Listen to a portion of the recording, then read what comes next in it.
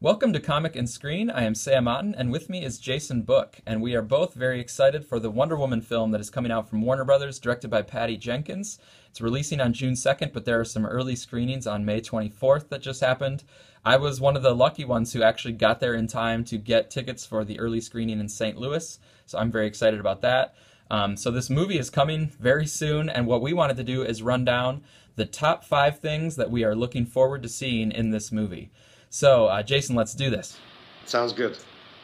All right, our number 5 thing that we're looking forward to seeing is the relationship between Diana and Steve and how that might play out over the movie. Patty Jenkins has talked about this as being a love story, and that it's not a romance movie, but that it has a lot of heart and it does have a deep connection between these two characters that develops throughout the movie. So I'm looking forward to see how that might play out. Yeah, me too. We've seen romances done well and not done well in movies before. I may have made this reference before, but when it hasn't been done well, it's been in the Star Wars prequels. When it has been done well, it's been done in some of the greatest movies of all time. So there's no reason they can't try and channel that for this movie. And there's nothing wrong with really having that side to this as well, because Wonder Woman is a feminine character, and it definitely could be a big makeup of what would make her do things in this story. Yeah, and I think there's a lot of basis for a good relationship to happen. Like, first of all, they're from different societies, and as they're learning about each other's society, they can also be learning about each other personally, and so you can kind of have that parallelism, which I think could be nice. And also, I think it's cool that we have an opportunity here for a man and a woman to fight side by side and have respect for each other, not just personally, but actually doing battle together in equal footing, and actually the woman taking more of the lead. But I think that'll be cool, right? It's not just that the man is fighting to save the woman, or the woman is looking on as this man does amazing heroic deeds. Yeah. It's that they are going side by side. She is saving him. He's doing what he can. They both respect each other in that way too. Yeah, I totally agree with that. All right. The number 4 thing that we're looking forward to seeing is the rest of the team. So Diana and Steve have Chief, Samir, and Charlie with them. And the trailers haven't really given away much at all about how that team comes together and what they're doing together. We saw a little glimpse of it in some of the last TV spots. But we already know about that team from the photo from Batman v Superman. So I'm just really curious to see how that team comes together, what kind of personalities they have. Are some of them skeptical of Wonder Woman? Do they all get along? Are they chummy? Or are they kind of there's some tension, but they end up doing something together? Yeah, I'm totally with that as well. Any sort of war movie has that, potential to throw that in there and have that work well. You can have these characters kind of like a Dirty Dozen kind of thing, or kind of like you're saying, it has the potential for these characters to really rub each other the wrong way. So I feel like they're going to have parts where Wonder Woman's really going to have to prove who she is, and besides just being able to probably beat the heck out of them all with one hand. But and plus too, it is set in the older days, so having a woman kind of in such a big role and possibly taking charge will be interesting to see how that plays out as well.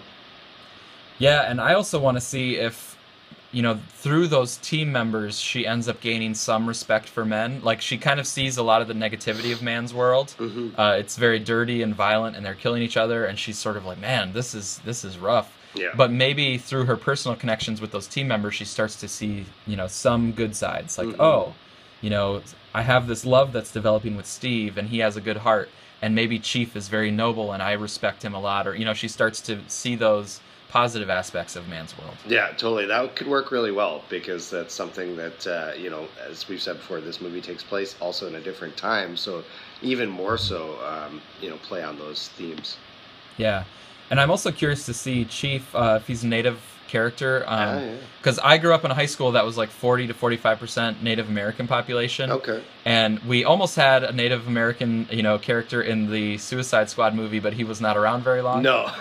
Yeah. Native American, or any sort of Native, American, whether that be Canadian or from the United States or somewhere else, I'm not sure, but hopefully he'll get a little bit more to do and maybe have a little bit more of a full character development. Yeah, that's definitely a group that they can, do more with on screen. I'm from Winnipeg as well, and Winnipeg has a very big Native population as well. And funny side note, that guy that played that character Slipknot in Suicide Squad is from Winnipeg. So, yeah, it's good to see somebody get a break like that in a DC movie. Yeah, and hopefully Chief has a little bit bigger of a break. Yes, definitely. Yeah.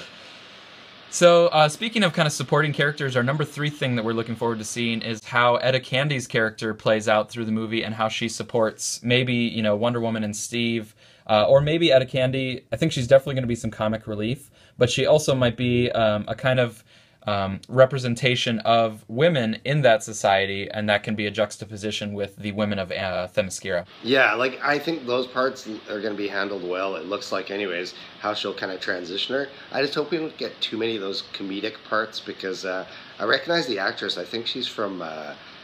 Lucy Davis, is it? Yeah, she's done like a lot of British comedy type shows. I think she was from The Yep. Office, actually. That was her, right? Yep, I think that's right. Yeah. So, as long as it kind of they walk that fine line, like the way other good superhero movies have done, like Spider-Man and Superman and things, have the comedy be present when it needs to be, but then let's get back to, what's going on in the movie. So as long as it doesn't kind of overtake that, I think it should work well.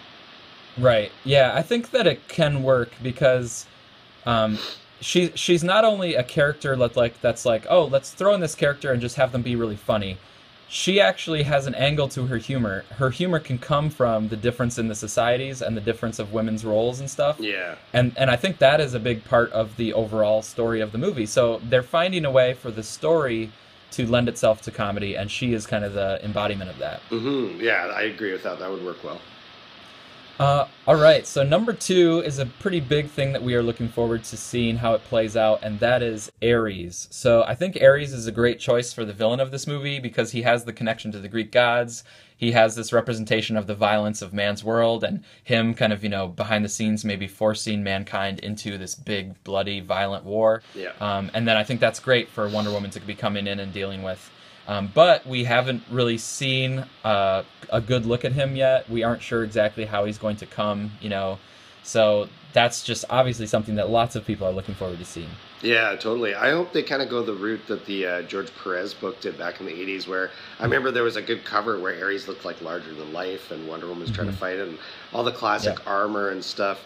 They really kind of need to do that to make it a believable threat.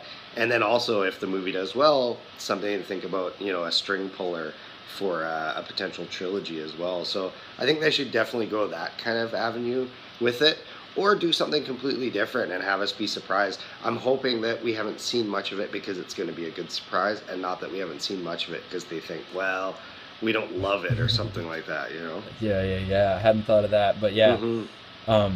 Yeah, I'm excited for it. I'm rereading that George Perez run, Volume 1 there, because I haven't read it for a long time, and I think there's definitely going to be a lot of things drawn from that book. Yeah, it was very strong, that book, when that first came out. Yeah.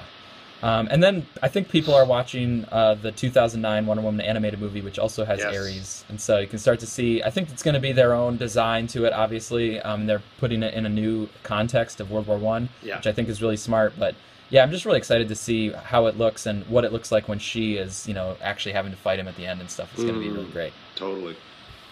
All right, so the number one thing that we are looking forward to in the Wonder Woman movie is connection to Batman v Superman, which a movie that I adore. And one thing that was planted in that movie is that Diana had withdrawn from man's world for 100 years, a century of horrors. So our number one thing that we're looking forward to is, why does Diana end up withdrawing from mankind? So somehow this movie ends not in some big happy triumphant thing. It has to end in some way where she actually says, I did that, but I'm actually going to pull back and I'm not going to stay active and just keep going after, the events of this movie. Yeah. Well, for me, while we were talking about this here and before we started recording, I kind of thought a real obvious choice, but might not be in people's minds, is maybe it's the death of Steve Trevor. Maybe he dies at the end of this movie, and in her mind, she spent her whole life never thinking she would ever be with a man, and lived in a society where men are, considered evil or bad.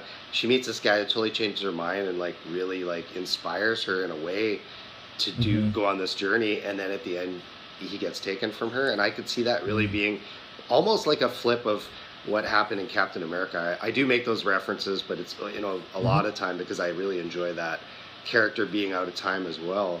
So I think that would be an interesting flip on this. It's something simple, but if it's someone's first love and they thought they never find someone like that again, maybe that's the case. You never know, right? Yeah, that's an interesting thought. I mean, that could be the case. I haven't heard anything that way, but maybe they've just kept that a secret that Steve.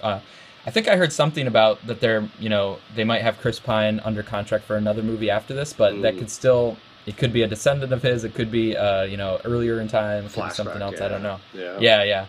Never know. But yeah, I mean, I think there's several reasons, maybe it's because something happens to Themyscira and that like breaks her heart or something, and so she kind of goes into mourning or something like that. Yeah. Because I do wonder if Aries, starts by trying to get this war on man's world, but then when things ramp up, maybe the war also comes to Themyscira or something like that.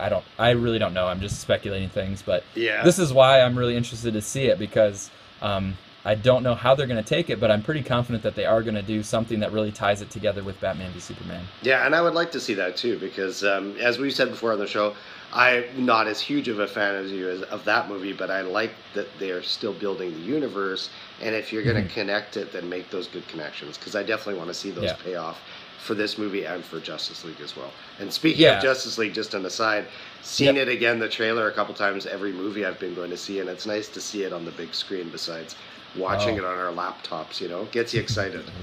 Yeah.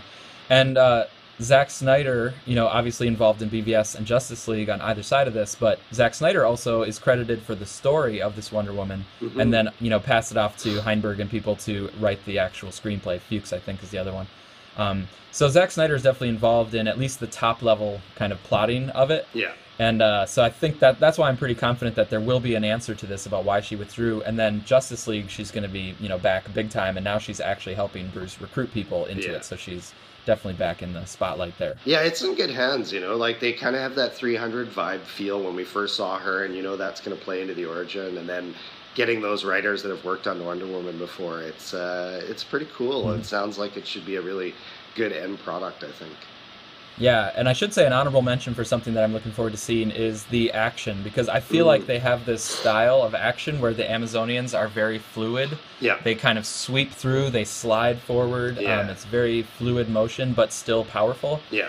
And then the men are very much like uglier, like jerky and like splash, blasts and everything. So I think there's going to be this nice visual take on the action, where you're seeing the cultures through their action, not just, through exposition. Yeah. And one thing before we wrap up, too, that I just thought of. One other thing I would like to see is something, from back in the day, the Super Friends style version of Wonder Woman, but it's pretty iconic, and that's the invisible jet. Will we get that, or at least a nod to it? What do you think?